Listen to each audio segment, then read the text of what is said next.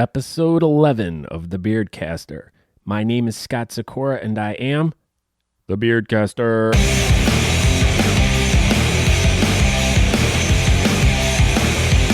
Once again, I welcome you to a podcast all about beards and mustaches and the great people who live in the community. These are the stories from the people who live in it, the adventures they have, the reasons they do what they do, and the facial hair that accompanies them. Please join me on this entertaining exploration of these people and hear why they are winning right now. And once again, my name is Scott Sakura. I am the Beardcaster. You can find out more information about me and what I do at thebeardcaster.com. There are links to all my different social media there, and all the different ways you can find and listen to my podcast. I make it super easy. All you do is you go right to that website. There's a player right on there. You don't even need to download it. You could just stream it right off my site. So I hope you check that out. I hope you're entertained by the things I provide. Check out all the different links I have on my site because there's some really good, informative, and entertaining stuff on there.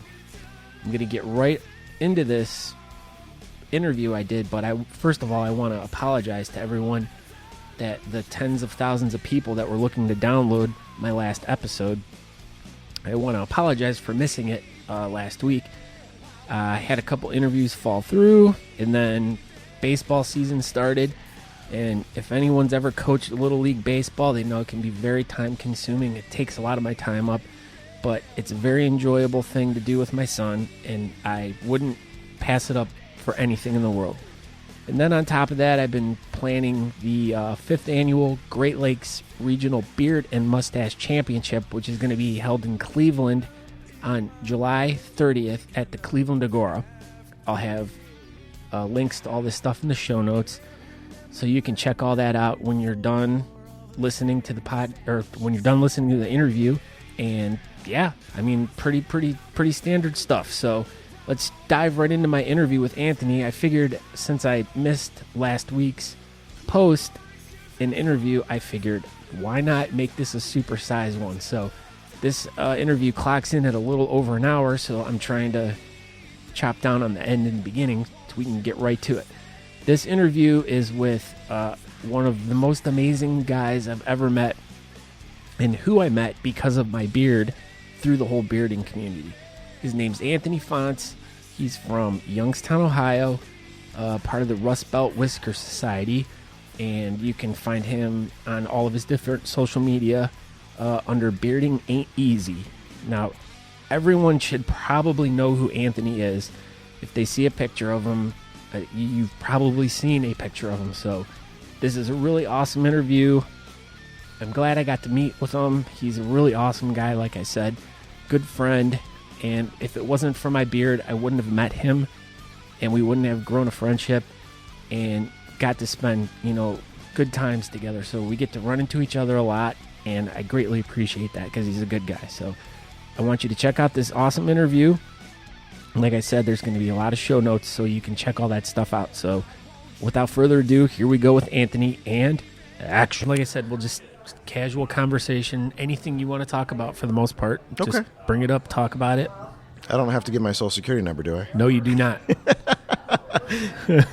I mean, not unless you want to. If you're a LifeLock participant. Right, I can test the water with that. Yeah, you can test the water with that one. Okay, so I'd like to introduce my guest today. Well, I'm not going to introduce you. You're going to introduce yourself. Hey, everybody. It's Anthony, also known as the Stash Fonts, coming out of Youngstown, Ohio. Awesome. Okay. How's it going? Well, I'm doing wonderful. Anthony and always a pleasure to see you, Scott. It always is a pleasure to see you, too. You're one of my favorite guys out there, so let's shake hands. Don't make me blush. Let's shake left hands. Left hands. Since we're both holding microphones with the right hands. We need video on this. I decided to Periscope. If you know how to do that, I'm not that technologically advanced. I'm having a hard time navigating Facebook and Twitter and Instagram. So, okay, so I reached out to Anthony because I wanted to hook up with him because I think Anthony's one of my favorite guys in the bearding community. He's been an awesome dude. Every time I hang out with him, you look like you're going to cry now. Come on now. Am I being too over sentimental to you? You're all right. You're good. All right. So I thought it would be really cool to meet Anthony at the first place where we met, and it's the Lake Tavern in Cortland, Ohio, where we met at one of Mr. Cosgrove's events a few years ago.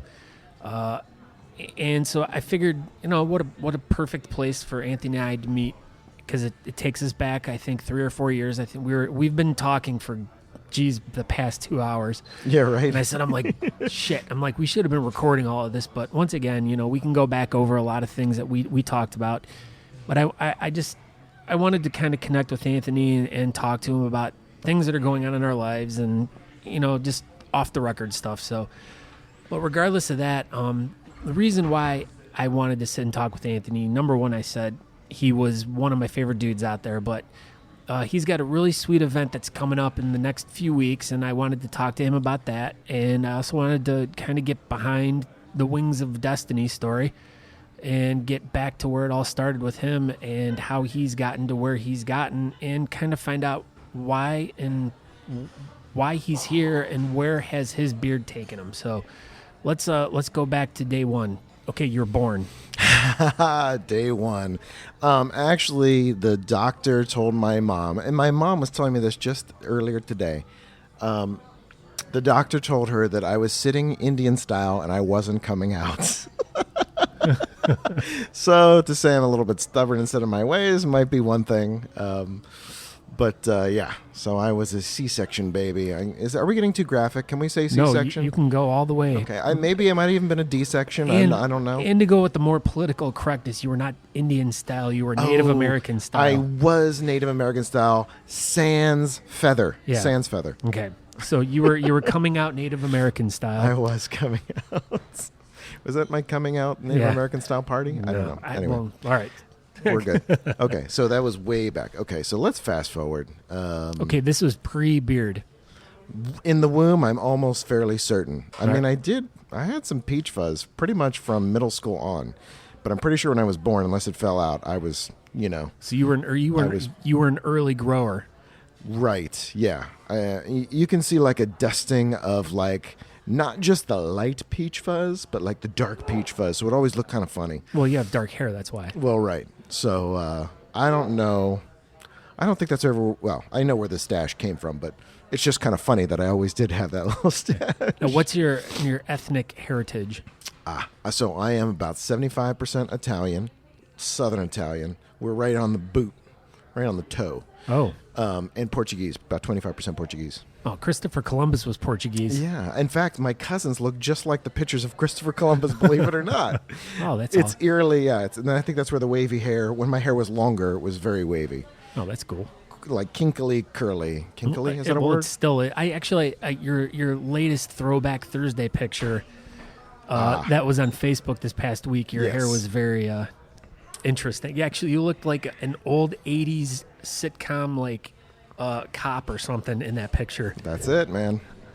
Built to entertain.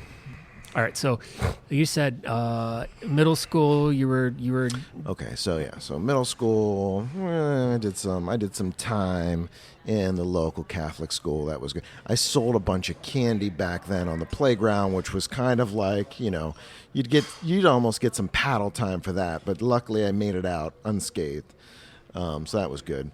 Let's fast forward into so we get into high school, and actually in high school I started growing just shortly after high school. I would kind of extend the sideburns a little bit, but it was never really thick and full. So I just kind of play around, which is the strip. Did it grow easy for you though? It grew, but it wasn't very dense. I was never really happy with it, and part of that was I was always a fan of the Doors. And so I always liked Ray Manzarek, right? And he always had this nice mutton chop. It was thick as hell. It was never very long, but it just looked kind of beastly there. And so that's why I kind of gravitated toward mutton chops. Just out of high school, I grew a pretty long goatee like yourself. And I grew it pretty long, and I've grown my hair several times, all the way down beyond my butt. Several times. So I was about 20 that I moved away from my hometown here in Youngstown, and I moved to the Bay Area. and I toyed around with different stuff. I would sort of grow in a beard. I'd take it off, on and off. I'd do the mutton chops, and I kind of gravitated toward that. Like I said. Okay, now that of course that was a very cultural area. The San Francisco. We're talking about San Francisco. That's area. Right, San Francisco now, Bay Area. What's the time frame like? So this would be about mid-90s? 96, All right. 96, 97, and on. Yeah. Okay, so was there any indication of facial hair trends around? Yeah, back then there was all the boy band, like the really thin line stuff going on.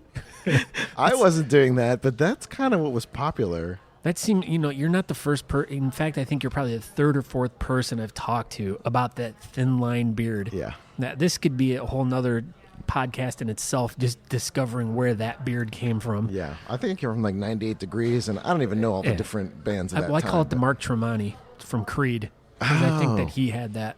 Okay. All right. I'll take your word, because I don't listen to Creed. I don't listen to him either, but they kind of get forced down your throat. I get you. Okay, so while you were in San Francisco, you were kind of messing around with different styles. Yeah. And Well, I was mostly going to art school. I went to the San Jose State, and I did several different. In high school, I did a bunch of just art. I was just very creative. I spent all my extra time, any kind of study hall time, I got a pass to go to the art room. I'd show up early. If I wasn't shooting basketball, I was in the art room. I was always doing something creative, because that's just where I spent my time. It just that's what felt right. And I wasn't terribly popular, so rather than getting pushed around and fucked with, I could actually be creative. Why were you not popular? And, I was just kind of a short, pudgy dago. Yeah, that wanted to play basketball and do art. Right. I mean, they actually, when I went out for the team, was it in high school? Either in high school or middle school. The coaches actually said, yeah, you shoot pretty good, but you're just too short and too slow. Vertically challenged. Do you want to be the water boy?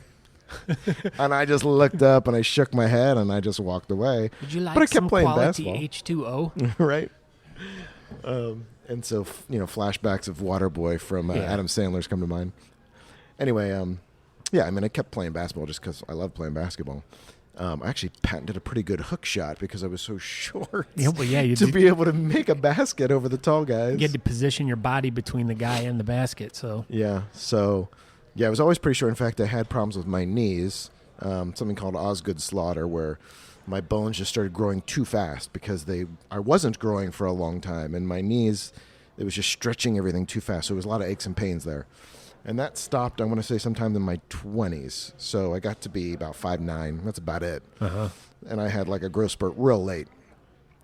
But I wasn't necessarily midget style. Can I say midget? You can, yes. Okay, good. So I wasn't quite that stature, but, I was one of the short guys out there. Yeah. And so short and fat, I basically look like Mario with a mustache and everything, right? All right. Okay, so now we're in. Let's fast forward to we'll go 10 years ahead to the mid 2000s. Right. Okay. So where are we finding you in your development of your facial hairstyle? At this point, I believe my hair is very long. I have my signature vest that has all the buttons on it. It had all the buttons before I was bearding. The flare? Yeah, it had all that flare. Before it was flare, it was even all these buttons. Actually, a girlfriend of mine in college got me into that because she liked buttons. So she gave me a bunch. And I'm like, I bought the most sarcastic buttons ever. And I would just get a kick out of going to some place and someone would want to read them and see how well I can offend somebody or make them laugh or whatever. Anyway, so it's now like, 2003. Hair's pretty long, kinky curly, probably down to my butt, and just mostly variations of, let it go for a month or so and, crop it back down with the beard clipper. It wasn't until probably about 2010, maybe, 2009, where I started to just let the whole thing grow because I had been beard clippering it for a while now, after a month. Still was never really happy with the thickness, the density. So probably about that same time, 2009, 2010, actually go and just let it, just say, forget it. Just let it go. This was it. This was let it go the first time. Just see what happens. And part of that was that I was moved into a job role that wasn't my choice. I was working at Cisco Systems at the time. there was a big shuffle up of high execs, and everybody got moved around. Harumph. Yeah, and I actually got placed in like the corporate headquarter building, so it's like schmancy. Like you got to be careful. You got to dress suit and tie. I had to go buy $300-400 worth of new clothes, and that just kind of irked me because I used to show up in shorts, and I worked in commissions. I got people paid, so no one cared how I dressed as long as people got paid. And so this job was slightly different. It was talking to high-level execs and whatnot, so I had to look better. And I just decided to sort of grow the beard then. Actually, it started with growing out the goatee long, and I wanted to see what the handlebar mustache would look like. So I did that for a while, and I was able to mask it with the longer goatee because it would just fall down. Float right into it. Exactly. And so once I saw how that looked, then I started to just fill the sides in, and I just kind of let it go. And just to see, like, what people would say, like pull me over, hey, if you want to get ahead in this building, you might end up bumping into John, and you don't want to talk to John looking like that. But the funny part is no one ever said that. My manager started to grow out his beard. The guy across the cube from me started growing it out for hockey. But now there's like 3 of us in like a triangle cube. And then our director, who had always had like the 98-degree, 5 o'clock shadow goatee. Yeah. He started growing his goatee long. And he probably did it for 2 months, but that was very out of character. Yeah. Like every day he'd take the beard trimmer to it. It was always clean. He was at, other than getting up to like a VP level, he was just under there. And he'd been already working there for maybe 15, 20 years. So it was cool to see how that really started changing other people. And I don't think I had a change on the guy about hockey because I'm sure he did that every year. But it definitely changed that my director and my first line manager. And I just thought that was cool. So I grew it once, and then I just kind of shaved it off after about a year. I mean, I didn't keep tabs on it. It wasn't that kind of a thing. I know things are big with like, oh, it's my year. Yeah. I don't even know what day I started personally. I just know it was sometime around April, a while back, maybe 4 years ago. But yeah, so I did that 2 times. The second time I did it, I grew it out and let my grandma cut it for her 95th birthday. And I bought her these huge ribbon cutting shears. They were like 2-3 feet long. Jesus. And I had them engraved. And I didn't let her cut them more than twice because at that point it got pretty short, and I like my ears. Yeah. So I gave her 2 cuts, and then I cleaned it up with the beard trimmers. But I left the mustache, and I took some really cool pictures with like this porn-esque mustache. And there, actually, if you go back on my Facebook and my profile pictures, you'll see some cool ones where I have like these gold headphones on, and I've got like the porn stash. It's hilarious. Anyway, so from there, it was like, okay, clearly I grow a beard pretty fast. And I might not like how dense it is. I mean, it's pretty dense in the middle where I shave now. Yeah. This is like my most dense spot. The rest of this I'm not still real happy with, but it's okay. It seems to be all right. Yeah. I mean, I've seen worse. Yes. So I'm just like, okay, so if I grow this again, what can I do with it? What could I do with a beard? I mean, I can grow it, sure, but is there something cool I could do with it? Okay, at this point, were you aware of competitive growing? No. I want to say I'd heard, and I really didn't watch too much TV. My wife did, and I don't remember that time if we had canceled our cable service, because at some point we went totally with like Netflix. Yeah, that's where we're at too. That's the best way to go. Yeah, and we've been like that for a while. And even when we had cable, I almost never watched it. I mean, we might hit record and then kind of back watch something. But I probably had That's heard... gross. Back watch. Sorry. No. Yeah, I might have actually heard of Whiskerr Wars, but I don't think I've ever watched it. And actually, to this day, I think I've maybe only seen 2 episodes. I've not really gone back and watched it all. I've seen a couple. I've seen some bits here and there. I want to say I've seen 2 episodes straight through. And that's kind of it. That's how I kind of got into it. It really was more Googling and seeing what it was. And I saw there was a competition in Vegas, and I was in the Bay Area. And I said, shoot, my family has a condo in Vegas. My dad comes out here, my mom come out here, and I would go and see them in Vegas every once in a while. So I said, let's get the paddy wagon together. I'm getting as many friends in this area, and let's go. Met my parents, and I went to that competition. And part of that research was, okay, there's lots of categories. Which one do I compete in? And in my research, I was finding that there just really wasn't anybody in the whole United States or Alaska or Puerto Rico that I could tell who was doing Imperial Partial Beard. And the guy that was doing Imperial Partial Beard that was winning, had been winning for like the past 4 years, was Carl Heinz, 4 or 5 years. Carl Heinz, and he's got a fantastic style, and it was like no one could beat him. And that was kind of like it. I just kind of set my sights on, okay, well, in my research, I saw that the World Beard and Mustache Championship, back then there was only one. Yeah. There was only one back then. I saw that it was in Germany, and I had no idea how I could ever go there, but I just kind of set my sights on it and said, I want to go to Germany, I want to take that guy on, and I want to be the American that goes to the German playground and takes the title from them. And that was pretty much it. That was the goal. And so from there, I just started to kind of play around with styling this beard and calling it the Wings of Destiny. That was pretty much it. That's how all that started. Well, that's a pretty lofty goal to start off with, to just be like, hey, I'm going to go tackle the guy that's the world championship. And, someone had to do it. Yeah. That's kind of how I thought of it. Like, if no one does it, then no one does it. But if someone tries, then someone tries. Okay, so you went to Germany and you competed. What were your results? I don't remember my actual score. I mean, I can go back and look because I know I got pictures of it, but I took third place. Oh, very good. So, third place in the world for Imperial Partial Beard, and that was the first time that any American had placed in that category ever.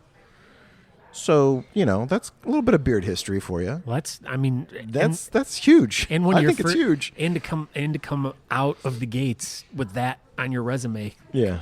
Placing third in the world at one of your first competitions. Right. I'd probably done maybe 4 or 5 preceding that, because in that time, 2012 in California, Northern California, there really aren't a lot of clubs. The LA club is kaput.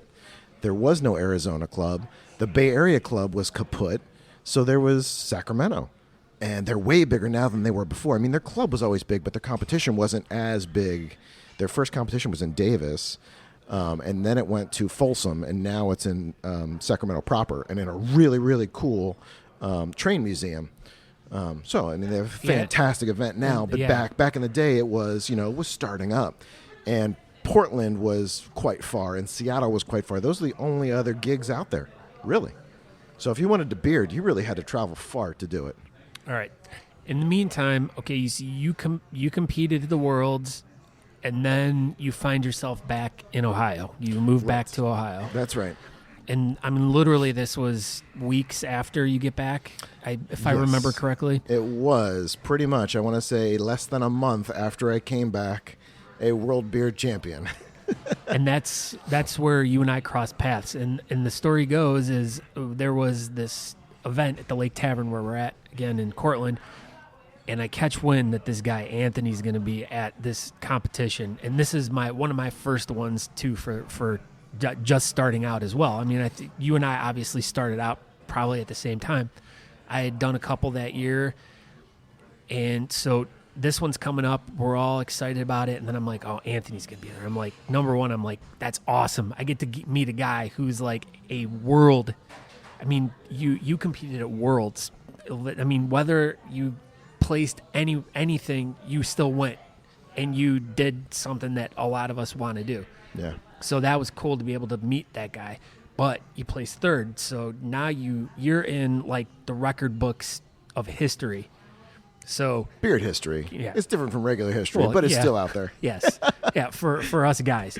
But and for anybody that doesn't know, Worlds, when we say Worlds, we mean World Beard and Mustache Championship. For any beardless folk, facial hairless folk that you might be listening. Yeah, and there's a lot of technicalities to that whole thing, which at a later date I will, not to let any cats out of the bag, but I will get a good podcast in all about that. So anyways, this competition in Cortland, I'm like, I find out this Anthony guy's going to be there. I'm like, oh my God. I'm like, I have no chance. The number 3 guy in the world is coming to here. He's going to have to compete in partial beard because that's what I was, and there were, the limited categories at the time. And he shows up in all his grandeur, like in his bomber hat, and just... Yeah, I've got the whole... So the Wings of Destiny has got, like, the boots up to the knees with, the legs sort of puffed out, basically looking like a pilot. And the up-curled beard on either side is, a metaphor for the wings, right? The wings of destiny. So I've got the aviator goggles, I've got the cap, I've got the leather bomber jacket, and I printed my own T-shirts that said, the wings of destiny, Beard Team USA 2012. It basically just looked like the Facebook logo with a upturned beard on it. So Anthony completely commits to what he is doing at any time. Any style that he does, he commits from head to toe into it. I try. I mean, and I love it. I love it. So we get to this thing. Anthony shows up, and I'm just like, I'm totally starstruck. I'm like, oh my God, there's Anthony. I'm like, I was so excited to meet you. And of course, I lose to you, which I was like totally happy about because I'm like, this guy has to win. He has to beat me. I was surprised, frankly. I was. Well, because Scott's goatee is massive. Yeah, well, a couple of years ago was a lot better than it is now. But so Anthony beats me, and I'm just all tickled pink because I get to meet him and everything. So we end up talking, and instantaneous connection. Him and I become friends over the years. I mean, he's such a great guy. I love seeing him every chance I get. I love being around him. I love talking to him. And so I say, we've been sitting here for over 2 hours just shooting the shit. And I'm like, oh shit, we got to start recording here. Yeah. We got lives to lead. But I just wanted to talk to him about life and stuff, and which is stuff that him and I really don't ever get a chance to talk about, and just to talk about other aspects of the bearding community. And one of the things that he brought up when we were discussing things were his concept of the tiers of the niche of beard growing. Right. And I thought that was a really interesting concept. And go back and explain Sure. what you were talking about with that. Yeah. So, the way I kind of see all this, because you have to understand that we're competitive beardos. I mean, we use whatever term you want. But when you look at the population of people that can grow facial hair. 8. What's that? 8. 8 what? People. 8 people? 8 people. That's, as far as my research has been, only 8 people have been able to do that. Oh, you lost me. Growing beards, facial hair. 8 people? Yes. It could be more than that. I'm not sure. Okay. Well, I was hoping that people that could grow facial hair. Oh, so it's more it could than even be. It could even be females. Oh, all right. All right. I know there's at least. There's even a whole other niche to that. I did see one working at Burger King the other day. Is that? You don't want to say anything, but That's you do not notice racist, it though. Is it? No. Okay. It's not a race thing. Good. It's facial hair is not a race thing. It's Apparently, facialist. Is it facialist? Yeah, I don't know. All right. Well, that could to be continued. Yeah, there's a Beardcaster episode in this, I think. Developing the whole theory upon having an opinion whether or not you should have facial hair. Yeah. What type of facial hair depends on which bathroom you go to. Yeah. All right, let's skip that point. All right. Okay, back to the thing. Okay. So there's the whole population of people. Let's not talk about aliens. I don't want to go there. We'll just talk about the United States of the Earth. So there's that Earth, and there's all the people in it. So you got all those people. That's popular culture, basically. It's just the whole thing. So then you boil down to, okay, we're going to divide people. There's people that can grow facial or people that can't. Okay, so now you've divided those folks. That's your first layer to get down to the way down point that we are. It's your epidermis. Right, exactly. That's great. I like that. So then you have your folks that can and can't. Okay, so you separate them. And then you go down another layer. And people that can, then there's people that choose to. Okay, and of people that choose to, you're down to now like layer 3. So you're your mantle. Right. Exactly. So those folks that choose to, and some of those folks do it seasonally, just because winters are tough or whatever. Some people do it for fashion. I mean, there's lots of ranges. I'm not even talking about the ranges of why you do all that. Not you like either do it short term or you Hornsby don't. in the ranges. Hornsby? Bruce Hornsby. Who's this? Oh, let's just continue. Let's skip it. Okay, Yeah. We'll go back. It sounds familiar, Yeah. but I was thinking of like Hornsby cider. No, I was talking about Bruce Hornsby in the range, the famous singer. Okay. We'll go back to it. Okay, I went over your head. All right, okay. sorry. So we're thinking of different ranges. We're the layer 4, I think, right? Yes. So folks that can and actually do, and then beyond that are folks that grow to an extreme. For instance, you rock a beard like a what? Okay, sorry, go ahead. Right. People go to the extreme. Yes. Right. To the extreme. Rock a beard like a candle. Oh, no, I Now, got see, you. you got it. The ice. All right, sorry. We're Either clearly that or I was 80s thinking people. more than words. I was either going one or two ways. I like that. There's people that have no idea what we're talking about. Okay, so then there's the folks that go beyond that and grow to more of an extreme in terms of length or girth, if you will, because some people grow very wide, like a Jeff Langham. You could easily cut down those sides so it's more of a streamline straight down. You can groom that up if you wanted to. But someone that would even grow to that length is in a whole nother niche or subcategory of folks that do that. So now you're down to at least the level of people that start to compete. And you don't have to have a long beard to compete, but a lot of people do. A lot of people that do can start to consider it. Maybe not a lot, but you're getting into the people that do. And when I think at that point too, it's a lot of people discovering different types of styles and right. taking what you have and forming it into those quote unquote competitive styles. Right. And that's kind of where the next level is. Now you're talking about folks that can and do have that level of hair, like to have it, and then use it to compete. So I don't know, what layer are we on? 7? Let's say 6. Okay, 6 or 7, whatever it is. So there's that competition layer. And then beyond that, there's a whole other layer of guys that will get up there and hairspray the thing, like me. The freestyle guys. Yeah, freestyle guys. So, you have the beard that long, you're willing to compete, and you're willing to kind of damage it at the expense of entertainment or, to get a trophy or get your name out there. Whatever it is, you're willing to get up on the stage, damage your hair, or just, have it in a style. And get up on the stage and do some antics. Some guys get really into it. Outfits, the whole thing. So you're 7-8 layers deep at this point. Did you say owl outfits? No, a whole outfit. Oh. Not a hole like a hole.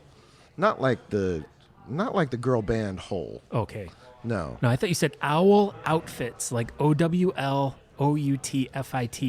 I don't think I've seen a guy do dressed like a an lion owl outfit. In fact, we called him Bob the Lion. All right. And that was back in Vegas in 2012. I think he's part of the Portland Beersmen. But anyway, there weren't any owls as far as I know. Okay. I was just, as I'm like intently listening to what you say, but that's just how I am. I really listen. I listen for like softballs. Because I'm like, I could like dive in at any time. I'm like, did he say owl outfits? I'm like, what? That would be cool. Now you got me thinking. All right, well. All right. So the point of getting this far down into a subculture of a subculture of a subculture of a subculture, and that's kind of where this whole competitive thing is. You're some layer of all of that as a man. Well, you either can or you can't grow. You decide to or not grow. You do it seasonally or you don't. You get it very, very long or very, very fanciful, for instance. And you compete or you don't. And you take it over the top or you don't. You're some layer in there. Well, and then there's the whole idea of the clubs, which is somewhere tandem to one of those layers. Once you decide to grow it, even that you can and you do, at that point on a side by side, a tandem is: are you part of a beard club? Yeah, you find your community, right? But then, and you don't have to be part of a club, but no, you don't. It's just a part of what's out there. Yeah, and then as another thing we were discussing too, then is it another deeper layer with the guys that are so competitive that it's a sponsorship theme, like we were kind of discussing a little bit about how there seems to be this whole new thing. It's not so much a new thing, but it seems to be more prevalent nowadays than in years past. But a lot more oil companies, and it's probably for the fact that everyone's company is getting much more traction out there. They're getting bigger. They have money behind them, so they're sponsoring tons of guys. They're sending tons of guys out to competitions. They're getting their name out there, and then that's creating a whole new type of beard growing competitive guy Right. that we're seeing right now. So, I mean, is that another like branch off of that last level? I would have to say, yeah. Or I mean, could we be digging a basement into level 8? it would probably have to be another tandem, right? Because you could be sponsored and be in a club. So somewhere in that layer of able to grow and growing, and most likely not doing it seasonally, because if someone's going to sponsor you, they expect you to have a beard year-round. Right, so it's probably another tandem side by side. What I mean by tandem is somewhere side by side there at layer 5 or down, there's this whole other area of all this beard growingness, competitiveness. Definitely competitive. Well, see, you don't have to be competitive. There's some guys like on the Beardalizer team, like Marty Ray. He's a singer. He doesn't compete. There's a tennis guy in France, I think, that they've recently sponsored. Andre Agassi? No, not Agassi. But for instance, there's that. And so those guys don't compete. So and I know there's a couple other companies. I think 1740 or maybe Mod Cabin. They've got an MMA guy. Oh, yeah. So I mean, those guys compete on a different level, not for beards. So there's just that idea. There's that part of that subculture in there. All right, I can see where you're going, but Yeah. I liked this whole, like, as we were talking earlier, I really liked this whole. There needs to be a diagram made for this.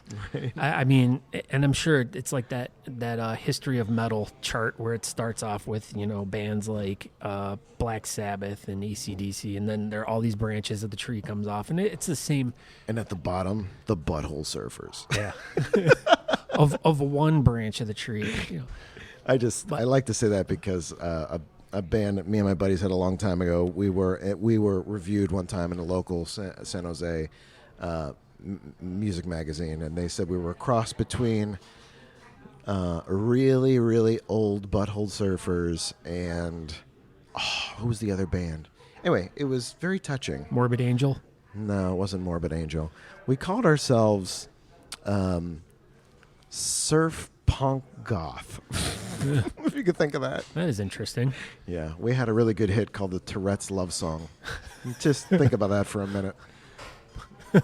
Yeah. Okay, well, let's take a break for a minute, then we'll think. Okay. Okay, that's too much dead air.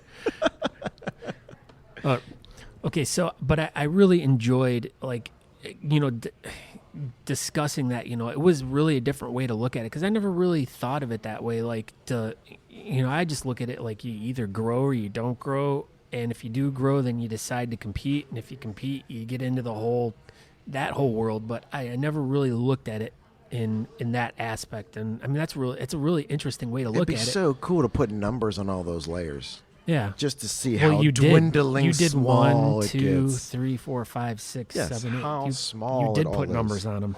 Well, The numbers got meaning bigger. The population of people that are starting at the top. Well, that'd be Just big. all men, right? So if you did 10, And there's some women in there too. Okay, but then 11. you go down to can or can't below that. okay, that's 5. No. I'm talking about population number. Yeah, I am too. You're killing me. Flipper. killing me, That Smalls. was the other band. I'm sorry. My ADHD just... Flipper is a dolphin, dude. No, the cross between Flipper and very old So what Butthole instrument Surfer. did Flipper play? I'm not sure. Couldn't even hold a microphone. Doesn't have a hand. Couldn't play the drums. Can't hold the drumstick. There's no fingers to play the guitar. Are we getting off base? No, But this is fun. we're not playing I don't know. baseball. Yeah, that's right. No bass. No, yeah, bass. Don't get me started on bass. No I'm not a bass until marriage, right? Is that how that Marriage? goes? No bass until marriage. That's right. Okay, so getting on the topic of sponsorship. Now, I know you are sponsored. Yes, sir. Let's talk about how did that all come about? Who are you sponsored by? And let's talk about your sponsor. Sure.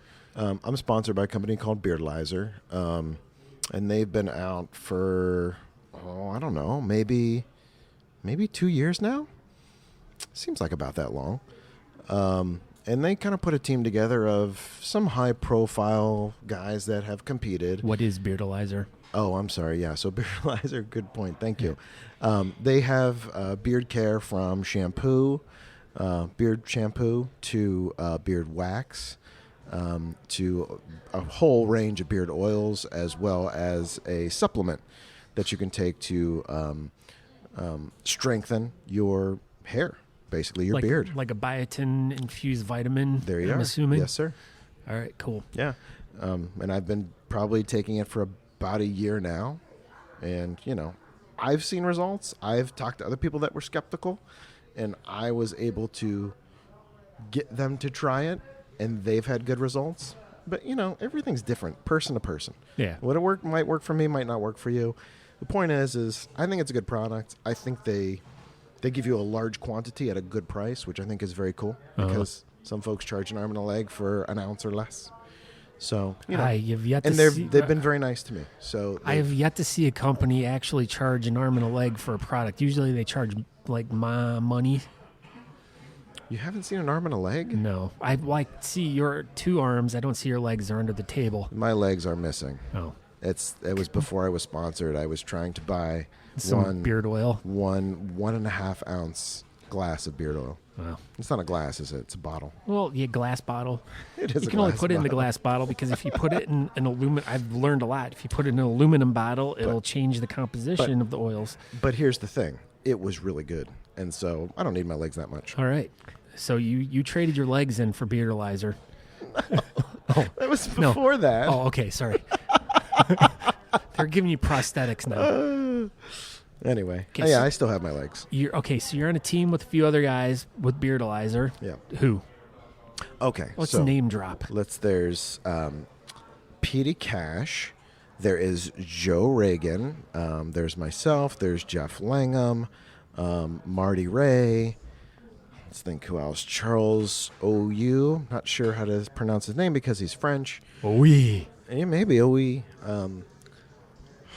There's a handful more guys that I'm not thinking about at this time. There's Gary Faulkner. Yeah, there's a few more of them. There's Andreas, and he's out of Scandinavia. Man, there's another couple, and I'm just not thinking about. I'm sorry, guys. No, that's all right.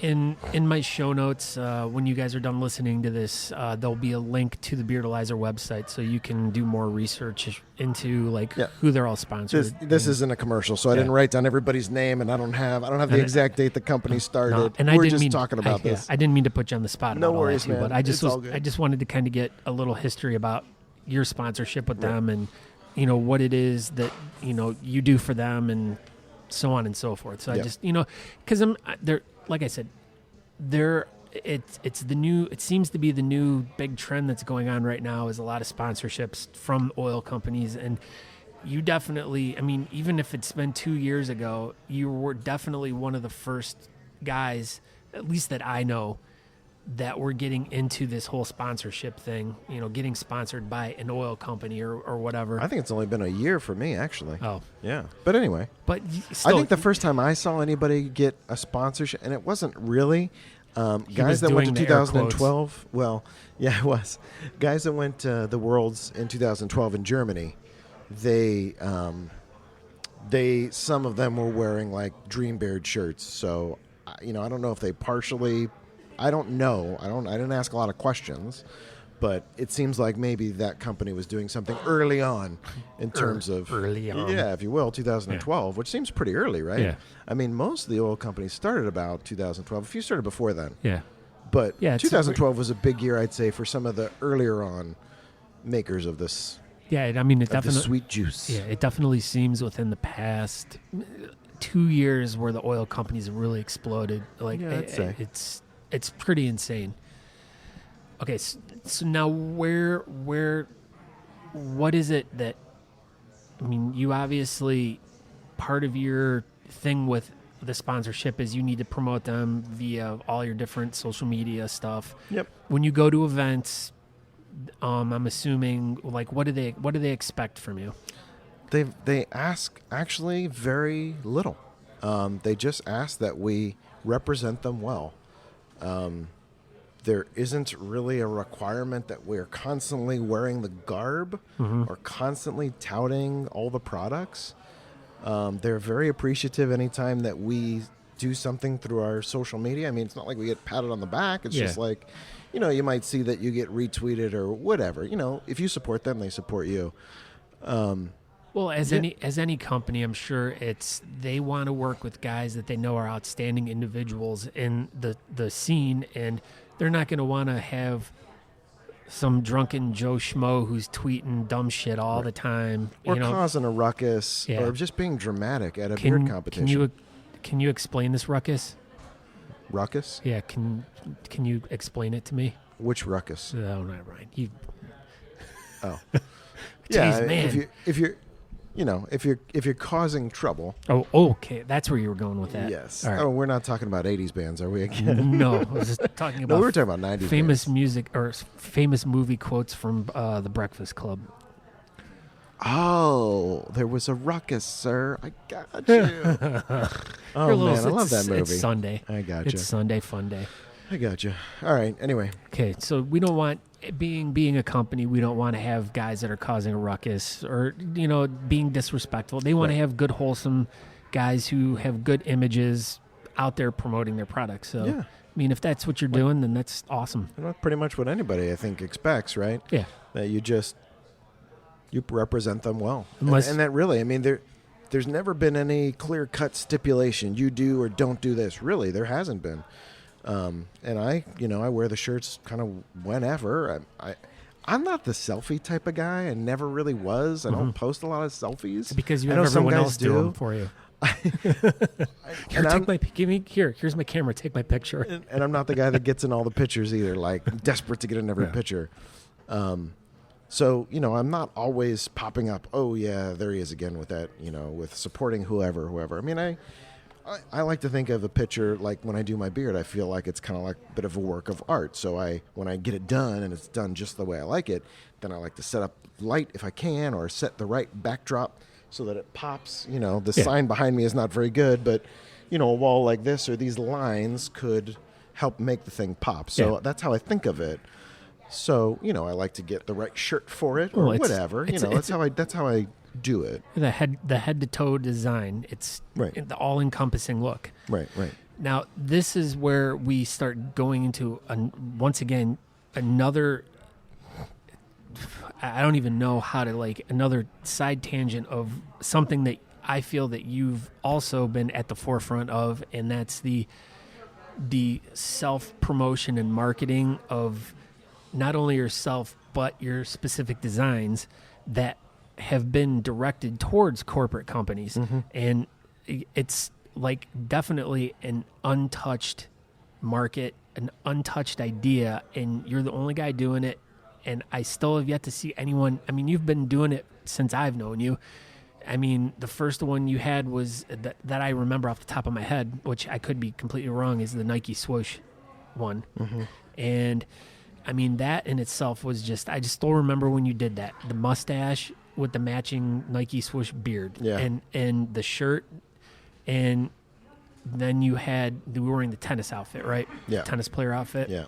Well, I did several variations of different outfits that just kind of fit with that. I'd actually come up with that idea maybe 6 to 8 months before that, and I was waiting for a trip to California where I knew I could go to a Nike town, because the closest Nike town I think was in Chicago. So we were already going there. So I had done some testing, some prepping, some making sure I could pull off the design right. And then that's where that famous picture's from of me holding up the shirt. That's the one that went viral. Not the shirt, the shoe. It was and actually we were there on the day that a couple of new shoes dropped. So it was. Did they hit the floor hard? Yeah, they did. So that's really sad. It was I think a LeBron James shoe dropped that day, and a KD 9s, I think. So anyway, I just kind of looked it up and said, okay, well, these shoes come out on this day. I called ahead over to and over there it's in Beverly Hills. There's a Nike Ninja town. there. Yeah, Nike Town. So they said, yeah, they're going to have them. I said, okay, cool. So we went to Cal. So this is months, it's kind of months of planning to get it just right. And if they didn't have the shoes, I guess I could have just used any shoe. But the fact that it was the latest shoe that just came out, maybe that helped it. I have no idea. But yeah, I mean, it was a fair amount of planning in there. And I didn't really show any bit that I was thinking of or trying, or, to me, it's I like to plan something and then I don't let anybody get a whiff of it until it hits you over the head. Yeah. You know what I mean? So when I did the Under Armour. Yeah, I remember that one. I had that logo done on my face at the Battle of Beasts in Pittsburgh. But the logo I had zipped up under my velour jogging suit, which I have on. Hopefully you so washed you didn't see it. Yeah, I did. Only once.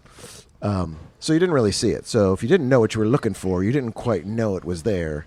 So the unveiling was me sort of unzipping my over jacket of my suit where you could see it. So that was kind of cool. Yeah. That was part of just the show of it all. Yeah. Surely some people, and you picked up on it without having to see it, I'm pretty sure. I know a couple people did. But it's like that. I like to plan something like that out, and then I don't even need to let it whisper, because I don't do it to get the pat on the back. I do it because it's entertaining. I do it because I want people to be like, wow, that was super cool. I want to make an impression. I want it to be fun. So I'm not looking for, it's not a look what I can do. I don't think of it that way. I think of it like an art piece. Seriously, I went to school for art for 10 years. No. That's how I think of it. Well, it's a design idea too. For me, the way I look at it is, I look at it as, it's really hard to put into words, I guess. For the guys that do the freestyle beards, they're always looking for different ways to do it. And you can only curl it and twist it. At some point, it's like music. You can only play so many chords in the same progression, and everything just starts sounding the same. Right. And unless you have a super beard where you have so much hair, Incredibeard is, he's definitely cutting edge when it comes to different ideas and stuff that he does. Right. Kylie as well. He's got a lot of hair. Yeah. Joe Farrell. Now, he doesn't freestyle yet. Maybe he will, but he's got a huge amount of hair. I don't think he wants to damage that hair, though. I know. I think that's what it is. But for you to go outside of the box of the curls and all that stuff, to actually go with quote-unquote logo designs, I think is brilliant. It makes you completely stand outside of the whole realm of freestyle beard growing, or fruit.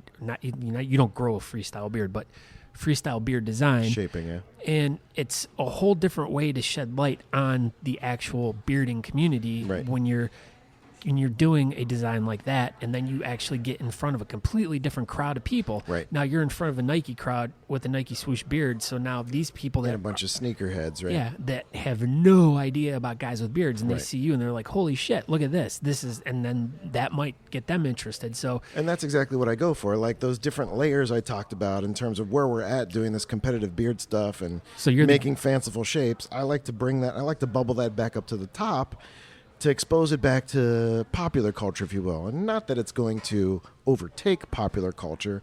I just think it's a really cool thing. I think it's a very fun thing. I try not to take it terribly serious. Mm-hmm. I try to make it fun and entertaining for people, and I hope people see that. Yeah. And that puts a good spin on, oh, that guy's got a beard. Like, hey, look at what that guy did with his beard. Yeah. And that is good for everyone. Well, it definitely changes and this was a conversation that I had with Chad, is the whole stigma that goes along with beards. It's sometimes you look at a guy with a beard and you automatically think of either a homeless guy, or be a biker that's going to come and stab you, or someone that's going to mug you, or it has this stigma that's kind of, I don't know where it came from, but over the past probably 10, 15 years, it's dramatically changed now, and it's a little bit more acceptable in society, and more,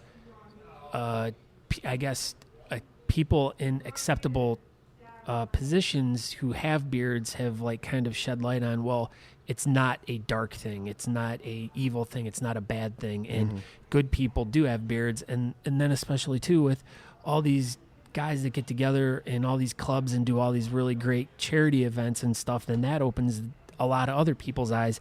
So I think right now, the bearding community's eyes are definitely, or not our eyes, but the world community looking at the bearding community, their eyes are a little bit more wide open to no, it's not that these guys aren't those type of guys. They're not the criminals that are going to come and shoot you and kill you and eat your dingoes and babies or whatever. Dingoes. I don't know. Apparently dingoes eat babies in Australia. We'll have to ask Drunkle Dan about that one, but yeah. But to get I mean, to get in front of a completely different crowd of people that are probably not even remotely aware of the bearding thing, and to get your beard out, and I mean, you're definitely a groundbreaker in so many ways. So I mean, and and it's very easy to do that in a place that you're not familiar with, and it doesn't go well. And you know what? Part of that is your attitude toward it. If you're already looking for trouble, or if you're already not sure of yourself and what you're doing, and if you don't have your own confidence, you'll very easily find the wrong type of person that will be offended of it. And if you're not able to turn that around and give that person a smile, you could find yourself in trouble. Because, I mean, I've talked to some people that, I talked to a woman once that was afraid of my style beard. Really, she said she was afraid. And I'm like, wow, you're like 60. How are you afraid of this facial hair? I don't get it. I've talked to lots of different people, but if your intention is not there to turn them around, to shed the light, to make them feel happy, fun, good about the fact that what you're doing is for a good cause or for just entertainment, yeah, I mean, you could find yourself in trouble, especially if you're doing it by yourself. Somehow just an angry bunch of people are just like, that guy's a jerk, or just whatever. I mean, when you get out to people that aren't in this subculture, it could go bad. I mean, over time, I think it's gotten easier because you get all these viral pictures from different competitions and whatnot, and that makes it into memes and things, or memes, or whatever you call them, memes. I call them memes. Anyway, yeah, so, I mean, that helps, but we're talking about maybe 3 years ago from now. You know what I mean? Yeah. That's when I started doing freestyles and stuff like this. So it was, I guess, a different time then. But, yeah, I mean, there's always that sort of risk if you're not... If you guess doing it to prove some kind of a point, that can very easily turn against you, I would say. You got to really have a good heart about it and really try to raise it up and keep a positivity about it. And if you focus on that positivity, what I found is that positivity comes back to you. All right, so talking about positivity, focusing on good things, let's talk about the event that you have coming up. Aha, yes. I have my 3rd annual Rust Belt Whiskerr Society. That's the local club that I founded in Youngstown, Ohio. We're having what's called the Burgers and Beards Festival. I started just a small competition 3 years ago, and I call it the Facial Hair Festival. So it's in our 3rd year. This is the 2nd year for the Burgers and Beard gathering. It's actually a much larger thing now. It's 5 city blocks shut down in downtown Youngstown. It's just a foot traffic. And we've got a burger competition. Last year we had 10 vendors. We're looking at maybe 10 to 15 this year. Got a bunch of bands. We have our beard competition. We've got 14 categories, including a fake beard category or mustache category for kids, as well as women, Whiskerina, and what I call a Whisker tot for the little kids.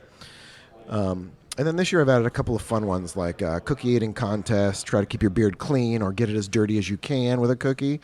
That's a fun one.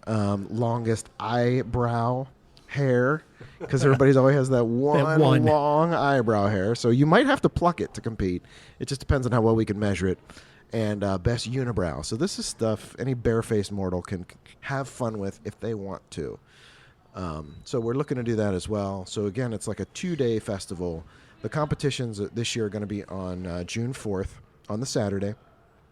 And we're going to start with burgers. We're going to run and it'll be pre-registration and registration. Then we'll start off about 2 o'clock. I'm going to talk to the promoter this week to firm that number up. But I'm expecting about 2:30 start. And we'll run through our categories, and we'll do our fun stuff after that. There'll be judging for burgers. All that will be on the main stage, and then there'll be several bands along with Pat Daly, who's going to headline the night. So there's another band called like the Drunken Bearded Irishman or something. Oh. It's mostly pretty good local, and they tour, I guess. So I don't know, pretty good. But anyway, all of that benefits Purple Cat and Golden String. Golden String is the actual nonprofit charity, and then Purple Cat is a program within that actually works mostly with adults with autism and or severe disabilities, folks that couldn't maybe normally get out of the house or socialize well. and they take them in and have a program throughout the day where they get them to interact with each other. They give them small jobs, things that they can do. Some of them even work in the wood shop, and they make toys, and those toys get sold, and that helps the program as well. But it gives them a sense of purpose and gets them out and about. And they even take them sometimes to like Indians games and stuff like where they take like a long real field trip and really get them out and about, and it's great. Now, how did you get hooked up with them? My sister went to school with the guy that started that thing, and he's actually, I don't know how old the organization is offhand. I want to say it's maybe 10 years or less. But yeah, I mean, there's several locations now all over our area, and they have busing and everything, so they'll pick folks up, they'll drop them back off. In the morning when kids are getting picked up to go to public school, you see the buses out there picking folks up and then dropping them off later. So yeah, the second year around, I had this idea of having games and things like a festival or a carnival has games, and we can modify those things to have a facial hair theme. And I said, well, I got to find somebody with a wood shop, and they had a wood shop. And I said, hey, if you're following my vision of this, if you guys can help me retrofit these games, we'll use these games where you play the game, you'll get raffle tickets in return. You can, for your $1, you might win as many as 15 raffle tickets through games, through having fun, not just like, give me $5 and I'll give you 10 tickets. Yeah. And you can still do that if you want to. But if you want to have a little bit of fun, if you want to get the kids out, the kids are competing anyway, have them play, the fishing game where they get a duck or a fish, and here's how many raffle tickets you have. I don't remember the last time I fished for a duck. Yeah, right, but the ducks have mustaches on them. So some little aspect of the game has a facial hair, related theme to it. Yeah. So we're having those again this year. We had 10 last year. We're hoping for about 15 this year. They're all getting work done right now. So it's another little cool aspect of it, making it kind of iterative, making it a little bit challenging to try and get more tickets. So, we're doing that, and they help with that. And they have a Golden String radio where the clients actually go and DJ.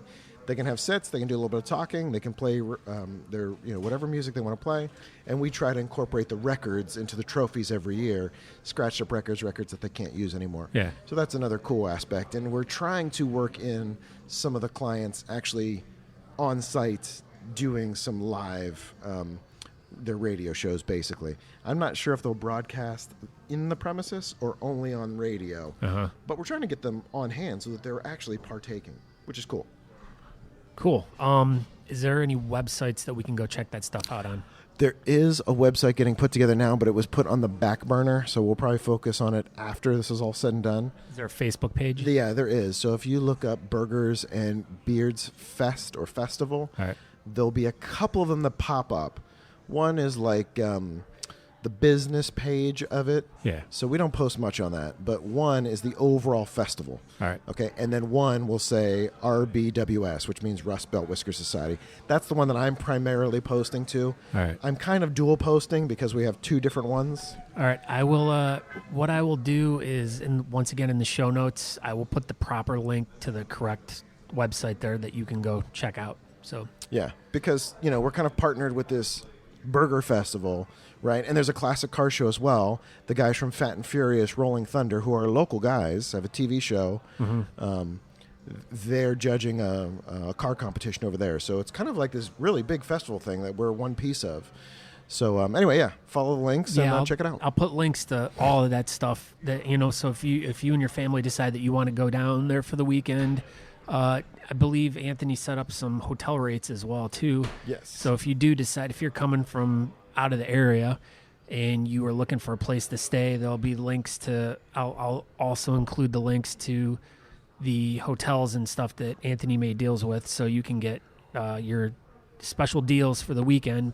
And I'll put all links to other events that are going on at the festival as well, so you have an idea of what's going on at the event.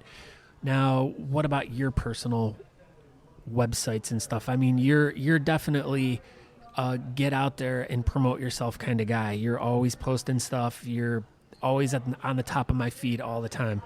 So I try to follow everything you're doing, but I mean, you're a very big promoter of all of the things that you do. So, and I definitely, that is the key to why you are as successful to what you're doing. So why don't you point us in the direction of those? And once again, too, if you miss him saying them, I will put links to everything in the show notes. Sure, yeah.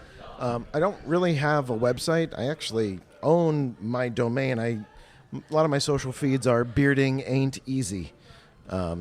Bearding as if it's a verb. Beard, I-N-G. Easy, E-A-S-Y. Ain't, A-I-N-T, and E-A-S-Y. So yeah, I mean, I own that domain, but I don't really have anything on it. I don't really sell anything. You know, I'm just a beard guy. Yeah. But you can see my vision. Instagram is, bearding ain't easy. Twitter is slightly different because they have less characters available. So it's bearding ain't, 2 letters, E-Z. Okay, but pretty much everything else is bearding ain't easy with the full spelling. But that's pretty much it. I mean, I try to find fun stuff, funny stuff. I try to take pictures from competitions or maybe popular stuff you might see on 9gag or Chive or something and flip it so it has a beard theme to it if it doesn't already. Yeah. And I kind of put that out there. I try to make everything facial hair related for the most part. Just kind of keep it fun because I'm not a big selfie guy. So I'm not constantly posting pictures of me. And to me, it's not just about me. It's about this whole sort of community of folks that kind of gets together that does something for other folks. Yeah. And so I kind of like shedding a light on other people and other causes. And when there isn't something specific to do for that, just stuff that's fun. Just something that's going to make you laugh. That makes you think of facial hair in a funny way, not in a bad way. All right. Well, I thank you for taking your afternoon out to spend a few hours with me, just catching up, talking. I feel very much more enlightened, and I feel like I know you like even more gooder. Well, we got to do this more often, mics or not. No, I know, definitely. I mean, you're like I said, you're just a great dude, and I enjoy my time around you every time I'm with you. So, well, thanks for having me out. Yeah, I appreciate it. I appreciate this, and like I said, links to everything that Anthony talked about will be on the show notes. So check it out, and we shall talk to you later. Hey, thanks, everybody. And remember, bearding ain't easy. And keep on bearding in the free world, baby. All right, talk to you later. Bye. Bye. And cut. Thank you again, Mr. Anthony Fonts, Mr. Bearding Ain't Easy, or also known as the Wings of Destiny. That's what I like. That's how I met him, and that's how I'm always going to remember him. As I met him that first time, and he came in with that bomber jacket and the sunglasses, and I was just, I was utterly starstruck by him. I mean, he was one of the first, I guess, more popular bearding guys that I met. So it's really cool to have met him. It's really cool to be his friend now, and I hope you guys enjoyed that. I hope you guys learned some stuff. I hope you took some stuff away from it. He's really a very interesting character out there. So check all of his social media out. Like I said, once again, thebeardcaster.com. We'll have all the links to that. I guess that's all I have for you for today. Why don't you check out, well, of course, Waffen der Whiskerr oil. Once again, I have a link in the show notes for that. I don't ask you guys to do very much, or maybe I do ask you guys to do too much. So maybe I should just lay off of asking you guys to do stuff. Who knows? But regardless, if you feel inclined, check out some of the different oil companies that support me. And I try to help them out by getting their name out there. Waffen der Whiskerr oil, Groomed Gorilla, and Brutal Beards. All great oil companies. They've provided me with some really great products to use, to test, to give out to different people. And I want to thank them for everything they've done for me, and hopefully they're getting something back. So I appreciate all you guys have done for me, and hopefully everyone checks you guys out. Links will be at thebeardcaster.com. So I guess that's about it for today. I hope you all have a wonderful couple weeks till next time we speak. And hopefully I have something super awesome for you. And I hope you enjoy it. And I hope you enjoyed this. And have a wonderful week, everyone. See ya.